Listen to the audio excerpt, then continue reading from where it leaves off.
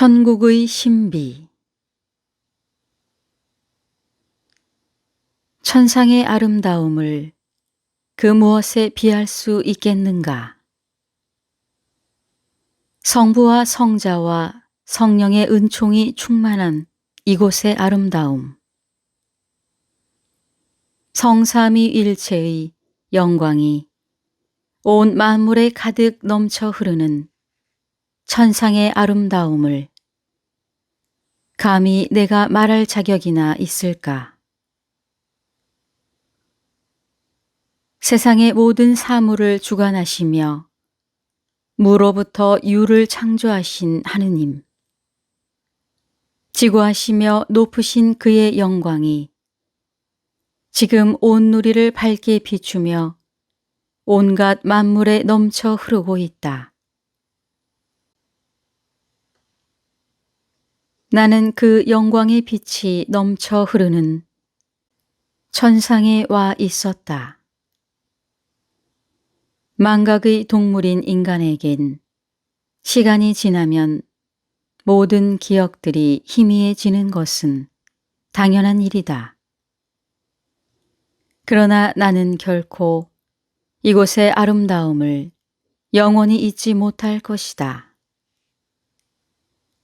그리고 이 황홀한 체험을 오직 나만의 것으로 간직하지 않으리라.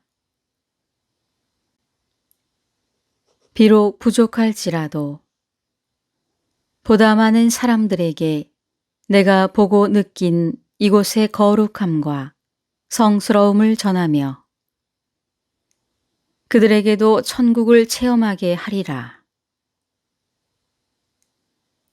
이제 나는 아름답기 그지없는 천국에서의 일들을 시로 읊어 노래하려고 한다. 오 아폴로니여, 선하고 지혜로운 올림푸스의 시의 신이여, 당신을 사랑하는 저로 하여금 이곳 천국을 시로 읊을 수 있도록, 값진 시의 월계관을 쓸 수 있도록, 진정으로 천국을 이해하고 올바르게 노래할 수 있도록 그대의 지혜를 빌려주오. 내가 천국의 입성에 앞서 아폴론을 찾는 데는 이유가 있었다. 피르나소스에는 2개의 산봉우리가 있었는데 그중 하나는 시의 여신 뮤즈가 살고 있는 엘리코이고, 또 다른 하나는 역시 시의 신인 아폴론이 살고 있는 키라였다. 지옥과 연옥을 순례할 때는 뮤즈의 도움만으로 시적 영감을 얻을 수 있었으나 이제부터는 아폴론에게서 도움을 청해야만 했다. 나는 계속 아폴론을 찬양했다. 아폴론, 언젠가 반은 사람이고 반은 양의 모습을 하고 있는 마르시아가 교만하여 당신을 공격했을 때 당신은 분노하여 그를 산채로 가죽까지 벗겨버렸소. 그러한 뜨거운 정열을 나의 시적 감각에 불어넣어 주시오. 당신의 신묘한 힘으로 내 가슴 속에 새겨져 있는 천국의 그림을 진실되게 그려낼 수 있다면 그것은 당신의 영광이요, 또한 나의 영광이 될 것이요. 만약 그렇게만 된다면 당신은 그 상으로 당신이 그토록 사랑하는 월계수 아래에서 내게 월계수 잎으로 만든 왕관을 씌워주게 될 거요. 월계수는 원래 아폴론의 나무였다. 물의 신 페네이오스에게는 다프네라는 예쁜 딸이 하나 있었다. 아폴로는 다프네를 끔찍하게 사랑했지만 반대로 그녀는 아폴론을 아주 싫어했다.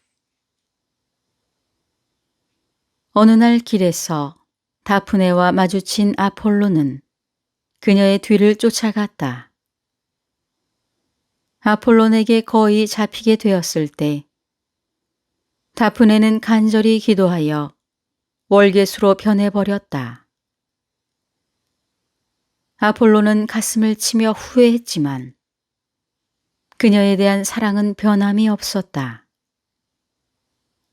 그래서 월계수를 자신의 상징으로 정하고 그 나무를 애지중지하게 된 것이다. 아, 모든 시의 아버지여. 오늘날 인간들의 어리석음으로 인하여 시인다운 시인이 부족함을 용서해 주시오. 당신의 사랑스런 월계수 잎으로 만든 월계관을 앞으로 많은 시인들이 머리에 쓰게 되길 간절히 바라오. 작은 불꽃 뒤에 큰 불꽃이 일어나듯 나 단테 이후에 더욱 훌륭한 시인이 탄생하여 그의 기도가 당신의 봉우리인 파르나소스에 메아리쳐 울려 퍼지길 기원하겠소. 온 세상을 환히 밝혀주는 태양. 그 태양이 지평선과 황도, 적도, 그리고 낮과 밤의 평분선이 서로 어우러져 세 개의 십자가 모양을 이루는 지점에서 찬란히 빛나고 있었다. 높이 솟은 태양은 백양궁에 머물러 있어 오늘이 바로 춘분임을 알려주고 있었다. 백양궁은 상서로운 별자리이다. 천지 창조의 날과 성령에 의해 예수의 잉태 소식이 마리아에게 알려진 날도 백양궁에 태양이 머물고 있던 춘분 때이다. 춘분은 모든 만물이 생동하는 시기로 빛과 공기가 부드러워지고 꽃들도 앞을 다투어 피어나는 때이다.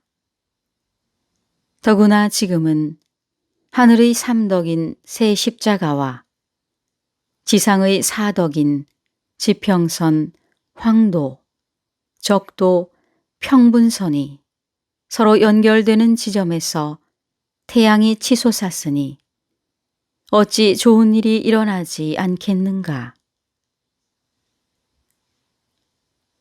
그렇기에 연옥의 산이 솟은 남반구에는 낮이 시작되었고 예루살렘이 있는 북반구에는 밤이 다가오고 있었다.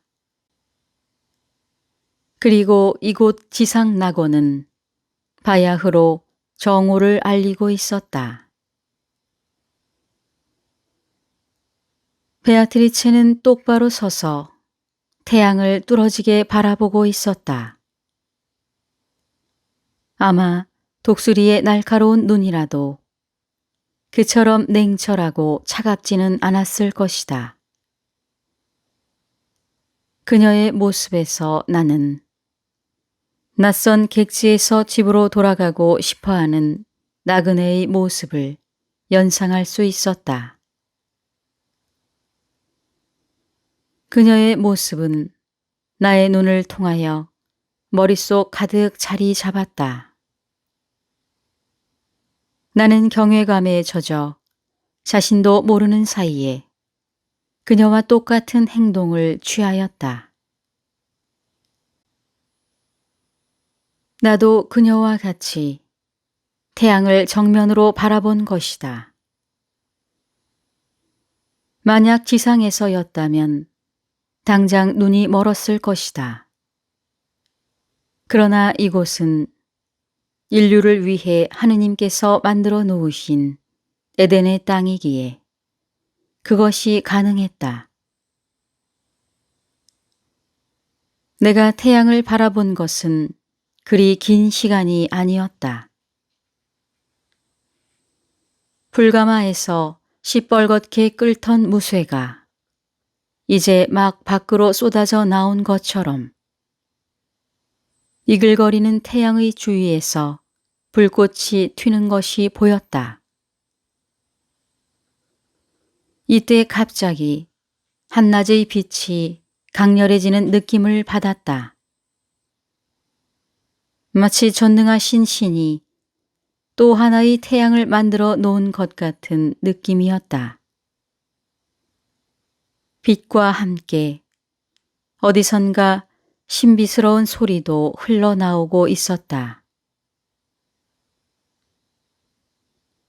나는 태양으로부터 걷어들인 시선을 베아트리체에게로 향했다.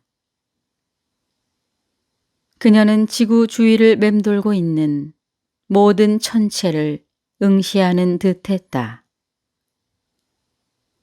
그녀를 바라보고 있는 내 마음은 글라우코스와 같았다. 글라우코스는 보이오티아에 사는 어부였다.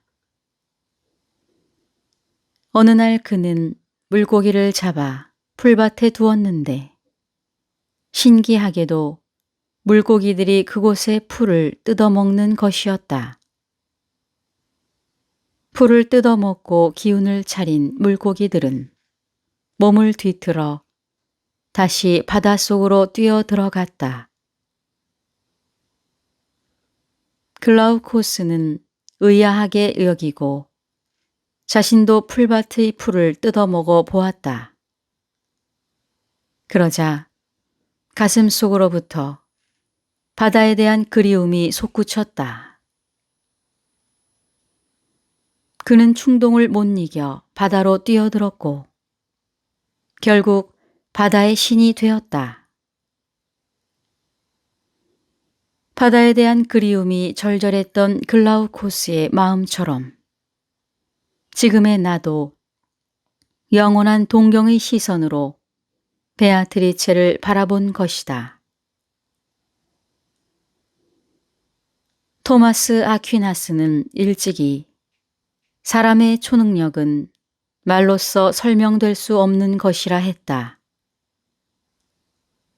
그것은 오직 하느님의 은총에 의해서만 가능하다는 것이다. 아마도 글라우코스의 예에서 토마스 아퀴나스의 말을 입증할 수 있을 것이다. 오, 하늘을 다스리시는 이여, 당신의 은총으로 저는 이곳까지 올 수 있었습니다. 저의 영혼을 무사히 인도해 주신 하느님의 은총에 감사드립니다. 당신의 섭리에 의해 끊임없이 움직이는 이 우주를 저는 똑똑히 보았습니다. 당신께서 조율해 놓으신 이 우주의 신비를 말입니다. 태양은 온통 불꽃으로 활활 타오르고 있습니다. 그리고 아름다운 호수의 물도 충만하게 넘쳐 흐르고 있습니다. 노아의 홍수 때도 저렇듯 호수가 넘쳐 흐르지는 못했을 것입니다. 천상에서 울려 나오는 소리의 신비함과 위대한 빛들은 그 근원을 알고 싶어하는 나의 열망에 불을 붙였다. 이처럼 강렬한 소망을 품게 된 적은 지금까지 한 번도 없었다.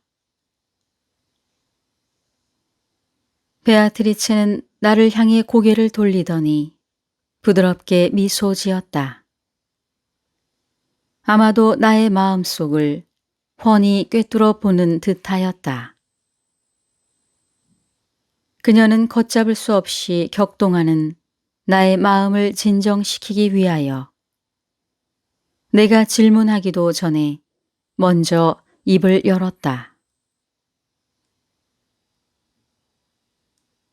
당신은 당신의 잘못된 상상력으로 자기 자신을 가두려 하고 있어요.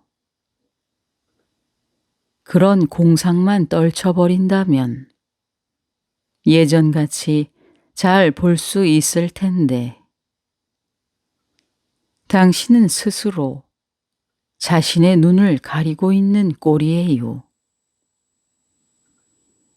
지금 이곳은 지상의 피렌체가 아니라 당신의 원래 고향이던 천국입니다. 그리고 지금 들려오는 저 소리와 강렬한 빛은 당신의 귀향을 반기는 하늘의 은총 때문이랍니다. 나는 그녀의 말에 비로소 의문을 떨쳐버릴 수 있었다. 그러나 곧 새로운 의문을 품지 않을 수 없었다. 베아트리체, 조금 전의 경이로운 현상에 대한 의문은 풀렸으나 또 다른 의문이 생겨났소. 말씀해 보세요. 무엇이든 대답해 드리겠어요. 나는 머뭇거리다가 어렵게 입을 열었다. 이제 천국을 순례하려면 천상으로 올라가야만 하는데 저 가벼운 공기와 불꽃 위를 과연 내가 올라갈 수 있겠소? 나는 무게가 있는 살아있는 사람인데 말이요. 아리스토텔레스는 그의 학문에서 공기는 무게를 잴 수 없을 만큼 가벼운 것이라고 했소. 아마 불꽃도 마찬가지일 거요. 그런데 어떻게 이 육신이 저 위로 올라갈 수 있단 말이요? 나의 이러한 물음에 베아트리체는 연민의 한숨을 내쉬었다. 그리고는 사랑하는 자식을 굽어보는 어머니의 인자한 눈빛으로 나에게 말을 시작했다. 모든 사물은 하느님께서 정하신 질서에 따라 움직이고 있습니다. 형체야 어떻든 그 질서는 하느님을 닮아가게 되는 것이지요. 천사와 인간들 또한 하느님이 빚으신 창조물이기에 그와 마찬가지입니다. 모습도 하느님을 닮았을 뿐만 아니라 하느님이 베푸신 이성과 사랑을 지니고 있지요. 사물들 간의 질서, 즉 규범을 통해서 창조주의 전능하심을 알 수 있는 겁니다. 이렇듯 이 우주는 일정한 질서 안에서 멀고 가까움에 관계없이 각각 그 몫의 본성에 따라 그들의 근원인 하느님께로 기울게 됩니다. 토마스 아퀴나스의 말대로 우주의 모든 사물들이 하느님의 의지에서 비롯된 것인 만큼 그것들은 정한 질서에 따라 선을 향해 나아가고 있고 다만 나아가는 모습만 서로 다를 뿐이지요. 그렇다면 나도 지금 선을 향해 나아가고 있단 말이요? 베아트리체는 잠시 생각에 잠기더니 나의 질문에 대답했다. 식물이나 무생물조차도 선을 향해 나아가지만 그것들은 지각이 없는 존재에 불과해요. 인간을 제외한 모든 만물은 그렇듯 본능에 따라 움직이게 됩니다. 이성이 없는 하등 동물의 원동력도 본능에 의한 것이지요. 지성이 없는 피조물뿐만 아니라 지성과 사랑을 갖추고 있는 인간에게도 이러한 본능은 가끔씩 억제할 수 없는 충동으로 존재하지요. 태양에서 뿜어져 나온 불꽃이 달 쪽을 향하고 있는 것도 다 본능 때문입니다. 하지만 선한 영혼을 가진 자라면 누구나 선을 향해 올라갈 수 있는 능력을 지니고 있는 셈이지요. 그러나 그녀의 친절한 답변에도 불구하고 나는 아직까지 완전하게 이해할 수 없었다. 나는 앞으로 펼쳐질 천국 순례가 몹시도 궁금해졌다. 그래서 베아트리체에게 천국의 구조에 대해 물어보기로 했다. 베아트리체, 천국 또한 지옥이나 연옥처럼 행적에 따라 구획이 나뉘어 있어? 만약 그렇다면 그 구획이 몇 개나 돼요? 천국의 구조는 지구를 중심으로 해서 여러 불꽃이 그 둘레를 감싸고 있습니다. 전체 10천으로 이루어져 있는데 그 맨 안쪽이 제1천으로 월광천이라고 부르죠.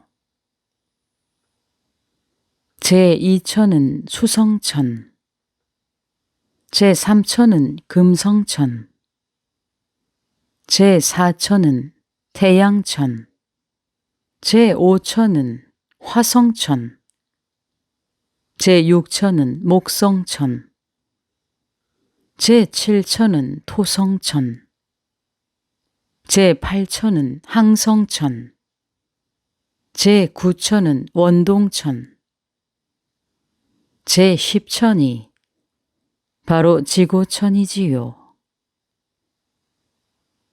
그리고 제6천과 제7천 사이에는 야곱의 사다리가 놓여 있답니다. 나는 그 엄청난 규모에 입을 다물지 못했다.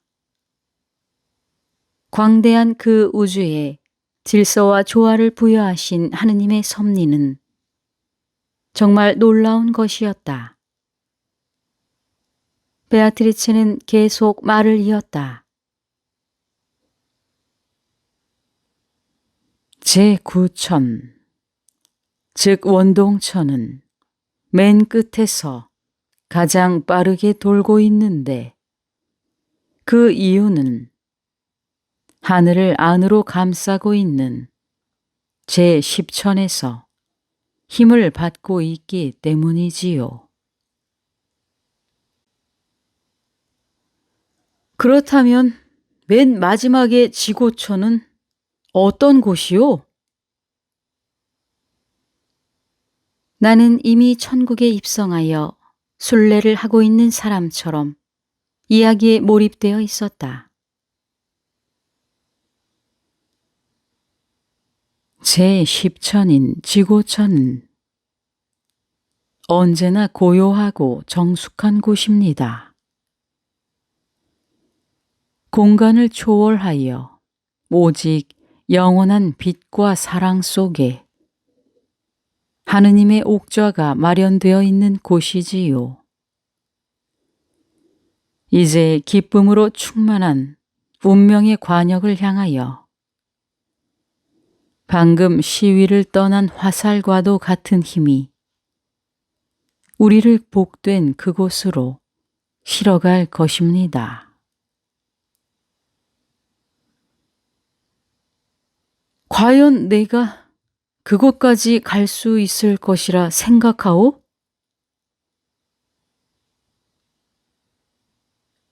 예술가가 한 작품을 만들 때 그 완성품이 자기가 의도했던 것과 동떨어진 것이라면 그것은 분명 작가가 재료를 충분히 파악하지 못했다는 증거일 것입니다. 그처럼 사람도 본래는 선하게 창조되었지만 때로는 그 참뜻과 다르게 일시적 충동으로 인해 엉뚱한 곳으로 빗나가는 경우가 있지요. 최고의 선이신 하느님을 바라는 자연적 욕구가 충동과 분별 없는 쾌락으로 인하여 비뚤게 나아가는 것입니다. 단테, 이제 하늘로 올라가는 일에 대해 더 이상 의혹을 갖지 마세요. 그것은 높은 산 계곡에 있던 물이 낮은 강으로 흘러들어드는 이치와 다를 바 없습니다. 그건 당신의 죄가 이미 깨끗하게 씻겨졌다는 뜻도 되겠지요. 그런데도 아직 마음이 저 아래 지상 세계에 남아 있다면 오히려 그것은 자연의 섭리에 어긋나는 것이나 다름없습니다. 말을 마치고 난 그녀는 얼굴을 들어 시선을 하늘로 보냈다. 베아트리체의 모습은 이 세상 어느 화가도 그려낼 수 없으리만큼 아름다웠다.